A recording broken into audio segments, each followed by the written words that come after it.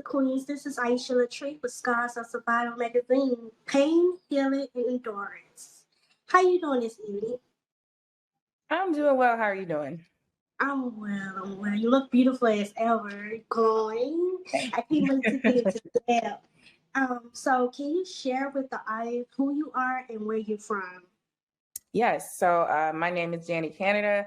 I am managing editor of Gossip.com and also a media personality, and I'm from Marietta, Georgia. All right, I love that. And that's 18. You're born and raised, correct?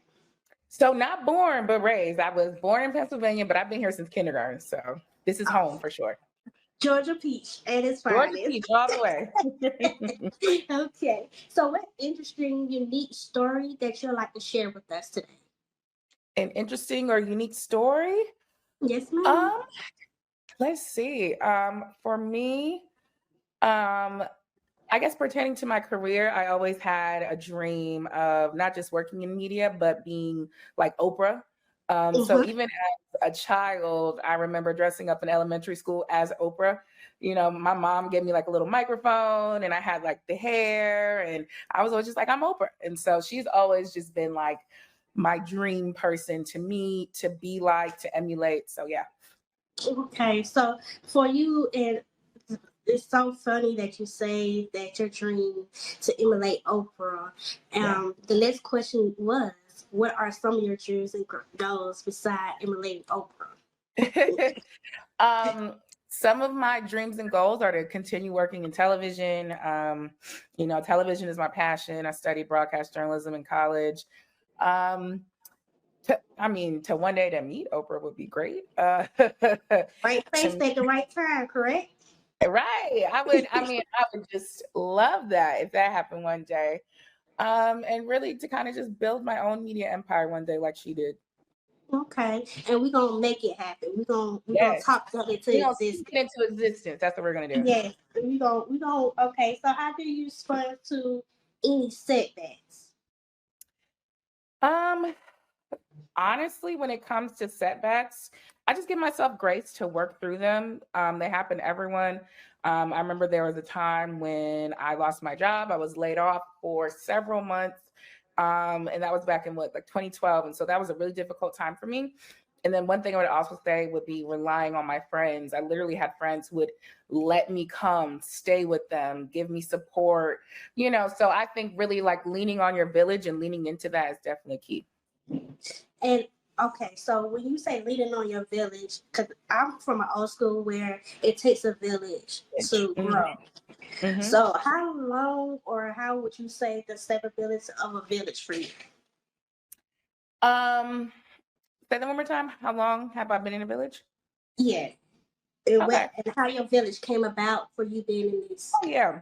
So I feel like I have several villages. So first of all, of course, there's my family village. My family's very close. I talk to my mother and my grandmother every single day. My grandma's 98 years old, still bright and sharp and still giving me encouraging words, still watching my work and, you know, supporting me and championing me.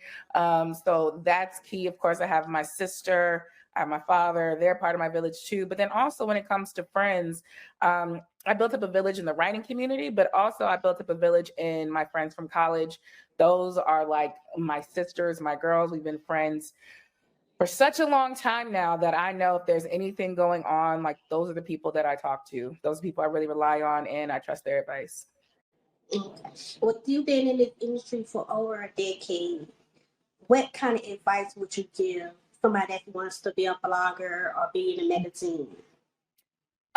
Honestly, I would just say consistency is key. That's number one. And then also, I think the key is to follow your own path, really put your blinders on and stick to what you want to do. I feel like in our business, it is very easy to get distracted, to get overwhelmed when you see other people doing things that you want to do. And really, all that does is slow down your own journey because you're so focused on someone else. So for me, I would just say really focus on yourself, put your blinders on. If you have a goal in mind, focus on that. Don't worry about what anyone else is doing. What's for you is for you.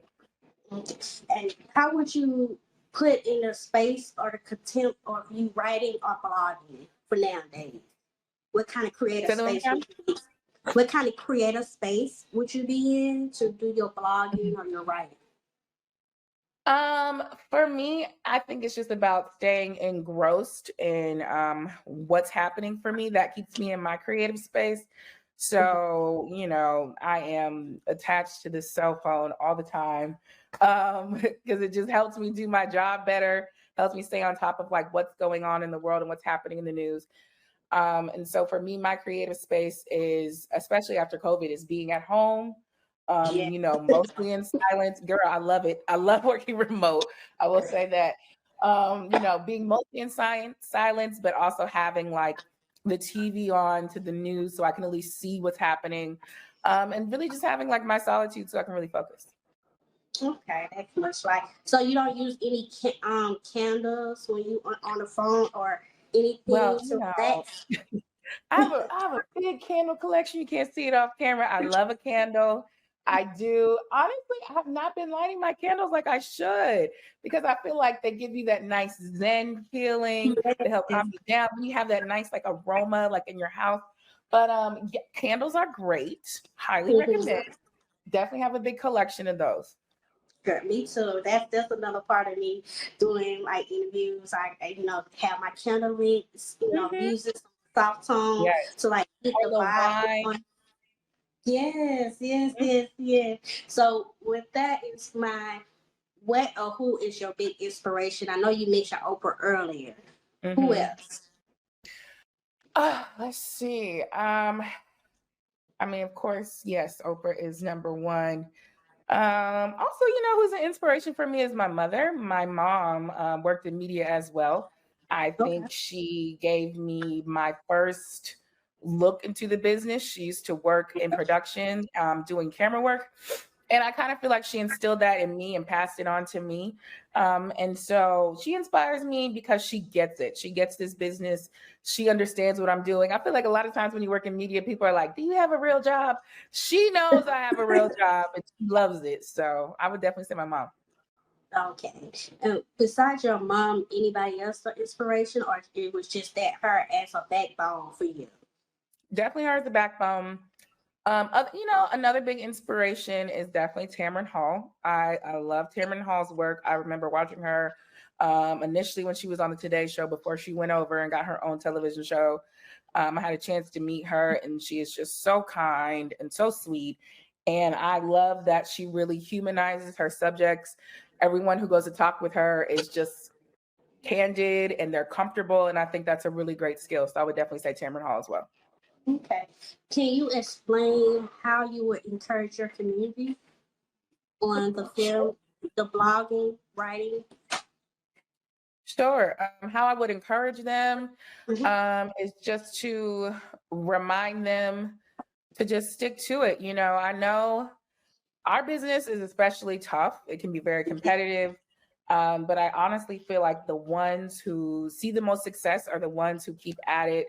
I started in this business in 2009. I've been here a long time. It's been an arduous road. Listen, but I feel like if that is your passion, then I feel like you should go chase it and go do it. Okay. So if you would give somebody a word of encouragement to find their passion, how would you tell them to like go deep inside to find it within Yeah. themselves? Um, Honestly, I would just tell that person to look at what they excel at, look at what really excites them. I think for a lot of us, um, we may try to adhere to other people's standards. A lot of us have parents who are like, be a doctor, be a lawyer, do one of the more traditional jobs. I think for people out there, I think the key is to look within themselves and see what they really want to do. Because sure, you can get one of those jobs that someone else might encourage you to have, but you might just be miserable. So it might not even be worth it. So I would just encourage them to look at what truly excites them, look at what they are actually truly passionate about, and focus on that. Yes, yes, yes. What's next for you, or what can we expect from you from the closing of the last quarter of 2023? What we got to have Yes. going on for You going know, into 2024? honestly, honestly, for me, I just want to continue to put myself out there as an individual, not just as, Danielle Canada, who works in media. I'm really working on upping my social media, showing some more lifestyle content. I want to just, show more of my personality, show of my own sides. I wanted to do YouTube, but YouTube is just a lot for me. But maybe I will. Maybe I'll close out this year with it, because I do want to make sure people see all different sides of me and don't just see, my work side, and they just see, more my personality and who I am. Okay. So, what you was speaking of YouTube, why would it be so hard? I mean, you have, you have shit, you have gossip. I mean, you come from a good line of credits. So, how would Yeah, that be so hard for you? yeah, but you got to get the good It ain't no but vlogging camera. If the people who I feel like really excel at that, they're constantly posting their vlogs, and anytime they go somewhere, they're getting the camera and they're getting the B-roll and they're getting someone to film them. And I'm just like, sometimes I'm just tired. But I do want to possibly embark in that. Okay. So I feel like you have it and you continue to grow as the queen that you are. Thank The last you. question, no problem. No problem. I wish you on much, much success because you have came a long way Thank and you. it's a bigger umbrella for you. So with that being said, what kind of heartfelt message for our Scars of Survival magazine audience would you give to them? I would just say, if you really feel passionate about something, pursue it, drown out all the noise, focus on doing what you want to do. You would be surprised at the strides you can make when you really focus and you really put yourself first. I think a lot of times we try to please other people. I know I'm definitely guilty of that, but take some time out for yourself and do what's best for you. Okay. And that concludes Scars of Survival magazine with Aisha Latrice. I thank you for your time this evening.